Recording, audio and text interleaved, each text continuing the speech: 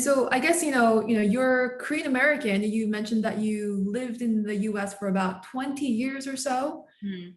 And so essentially your childhood and adolescent years were spent in Korea. So half of your life essentially. And then, your adult and professional years are spent here. And so having lived in both the US and Korea, you've learned and adopted both Korean and American ways and habits of life. So what were some life moments that allowed you to adopt your current Korean American identity, and how do you balance them? Yeah, I mean, that's really excellent, also complicated question. And it could be individually very different, but some of us audience may have children and adolescent children looking for their identity in these two different cultures. I think first and foremost, that is very important for all of us is to take pride in that we're Koreans. Mm. And I am Korean. I think if you lose that, I think everything else can be very confusing. So for me, I was always proud of where, Korea. I mean, we are generally, right? We are very proud of our country. I was very proud of my country. I am Korean, Korea, Korean culture, Korean language. I was very proud. So whenever I have a chance, people, try to I can't really cook, but I just buy things in, Korean barbecue, or I even teach them some words. I tell some of my the American friends, 진짜, which is really, so all of us will say really instead of really 진짜, everyone was doing that and things like that. And then so once you have that stance, then other people will look very positively to you and your country and your culture, because they don't know Korea that much. But I mean, now much better with the Parasite and Minari and everything, and then with the BTS, so it's better. But when I was there, people really didn't know much. 20 years ago, didn't know much about Korea. But once I have, hey, our country is fantastic. We're very smart people, and we made amazing progress in very short period of time. Mm-hmm. We're amazing people. Then I think that comes, and then next step. So that's the first and foremost. If that doesn't, the children too. So you gotta be like that, so that children absorb that. Mm-hmm. And then I think the second thing is open-mindedness. Mm-hmm. Rather than saying, even though I'm very proud of Korean, I'm sure there's other proud cultures too that I need to be open, and I am here. So I absolutely need to be open to their culture, this people's culture. So as I said, I had a lot of American friends, also because I was all alone here. So a lot of American. I had a number of good Korean friends too. I went to Korean church, Korean people support system, but also other work and other home.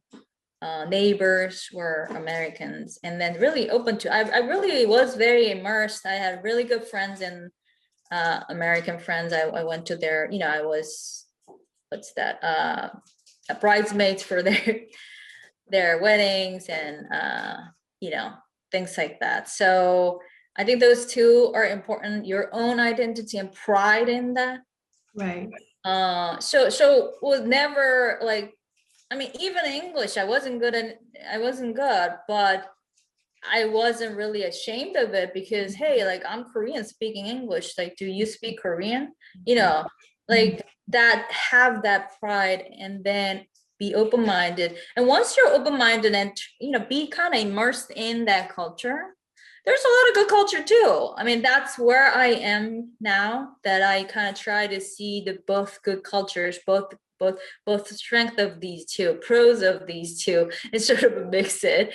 That's what I'm kind of trying to do for our younger generation. Everything's going global.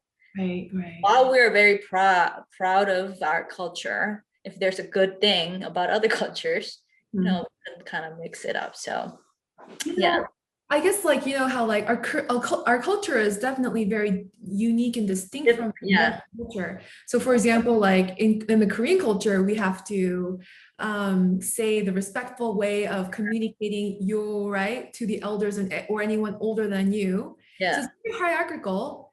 And also we're taught not to voice our opinions to someone with much more power. Right. And so you were raised in Korea in that kind of culture, and I'm not just I mean, there are other aspects of the culture that we are really proud of. I'm just listing this one aspect of the Korean culture. Right. Yeah. And oftentimes we see a lot of Korean Americans and female Korean Americans, women, who become very passive in their STEM field. And so how did you sort of like approach that? And like, it seems like you're very open and, you know, you're able to speak up your mind. So what are some things that some of us can really work on to really be free from that kind of? Right. It's even to me, it's still struggle. Like, am I, you know, voicing my opinion or my needs sometimes? Like, I think that I'm good at voicing opinion, but sometimes not needs. That, you know, what I need. But when I see American colleagues, they'll voice that what I mean, it's just a small example, but you know, I've been working here full time. I never like requested for something like for myself. But there's like a part-time American person came and like requested right away, like some, you know, accommodation for this and that and this and that. Wow, like I never thought about those are all good things, but never thought about asking those. It was like ergonomic typing and, you know, what like, oh yeah, she didn't like the chair, so she asked like new chair. I never like even thought about that, but I think they are very like. And then I see not only her, other people like say, you know, there's some more things and they're asking this and this. Oh, that doesn't sound fair. I don't, you know, I don't agree with you. I don't like that. And like, she was like, I probably say, even though it was like a little bit unfair for me, I was like, okay, right. So I think we're okay with voicing like knowledge or opinion, but sometimes like, what do we need or what we are entitled or we deserve? So I think it's still a struggle for me because that's our culture. Like, even it's a little difficult for you, just do it. But I do think that the more you respect yourself and voice, if it's a reasonable thing, then voice, hey, or if it's unfair, and then you gotta kind of learn how sort of in a good way to say that. Usually it's just privately go to your supervisor and say, hey, like that person did, you know, got this and that, and I'm having this, like, you know, I feel like there's some fairness issues. Like, you know, would it be possible for me to also like have, you know, a certain way that you need to think about it? But I think that the more you do that, I think they respect you more. Yeah. And, you know, I can't say that I was really great at it, as I said. But I think that the more you do that, definitely the treatment or compensation or other things, you get more. Yeah. So you gotta definitely voice your needs too. And opinion, you get more confident as you know more. So if you study more, you get like, you learn more, you get more knowledge, then you get more confident to say it. And then to really say it, whatever you think, you're super smart people, you're like, you know, top intellectuals, and whatever you pops in your mind, you know, try to voice it rather than like, I don't know, like other people, what other people say. And again, like I can't say that I'm free of that, but I say that to myself and try to do that. Yeah, that's so true. And, you know, us being Korean Americans, and you mentioned how you really try to be open to other cultures.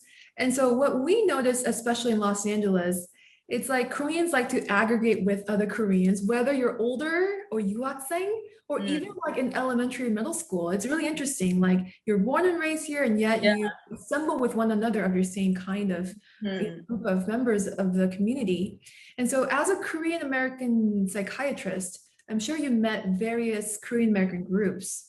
So, for example, in the US, we have this unique identification method for how American you are based on the duration of life you spent in the US.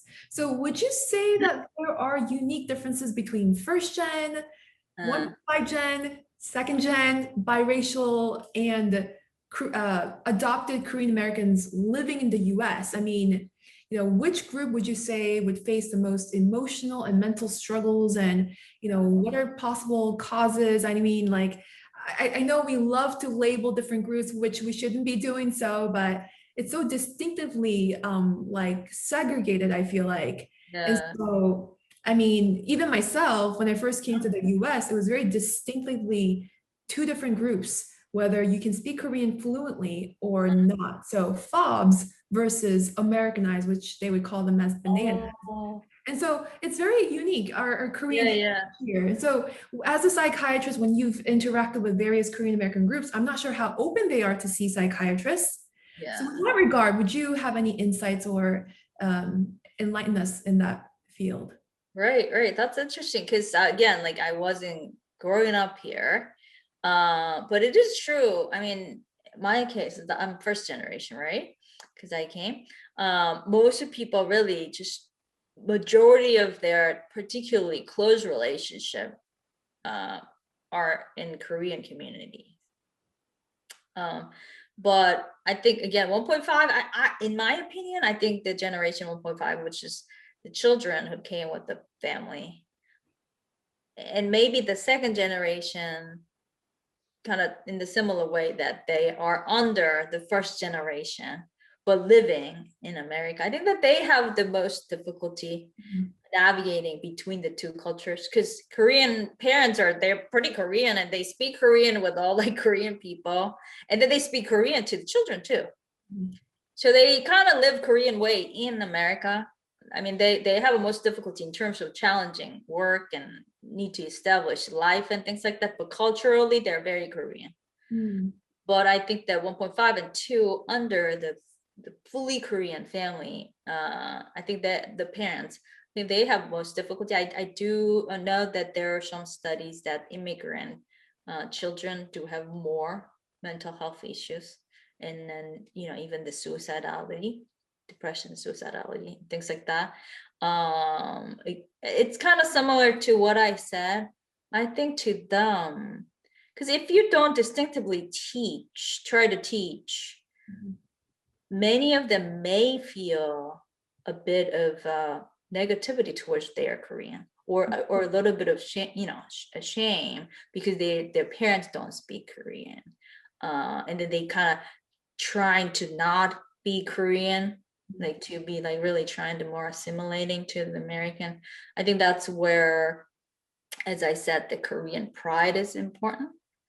But I think that's hard to teach. Like if you just say like we're like amazing Korean, they might even like go opposite side. But it's the value that you have that show and inspire your children, that my mom and dad are very proud of who they are. And that need to be shown to the children. I think if I have to pick, that will be the generation that's having the most difficulty, and then that's in some sense that's unavoidable difficulty. That you're really very confused. And then another thing very important here is that as a child psychiatrist, what I can say is openly talk about this is important. And then to children, the best way to approach is to ask about it. And to be able to ask about it, you need to have a good relationship baseline. But so basically saying something like, hey, you know, we're from Korea and then you're living in America and American friends. How is that going? Did you ever feel that things are difficult for you or other people looking at you differently? You know, just kind of open the conversation and make it a way that if the children has struggle, that they feel safe or comfortable enough to kind of say about it. You know, it's sometimes really rough between these two cultures. So, and I say something like that too, like it must be not easy to, you know, speak Korean in here and then live in the Korean culture in the home and then completely American out there. Right. And then say something like you're, you know, considering that you're doing good, that you're navigating this is not easy and things like that. I think that will be important. So from the patients that you see, what percentage is Korean American, Korean patients? Not actually, not a lot. I don't have any Korean and current patient. The reason is they can't choose me. So yeah, they need to be referred to me. And then it's not an easy referral. So I get a lot of requests and kind of asking if their children can see me. But to be seen by me, they need to be under Kennedy Krieger school programs, and that's not an easy referral. Some parents need to like hire a lawyer or advocate to advocate for that. What it is, it's basically they need to have evidence that they failed a lot of other interventions to get to this program. So so at this point, I don't have any. So either the Korean kids are okay or they haven't sought enough like trials of doctors before.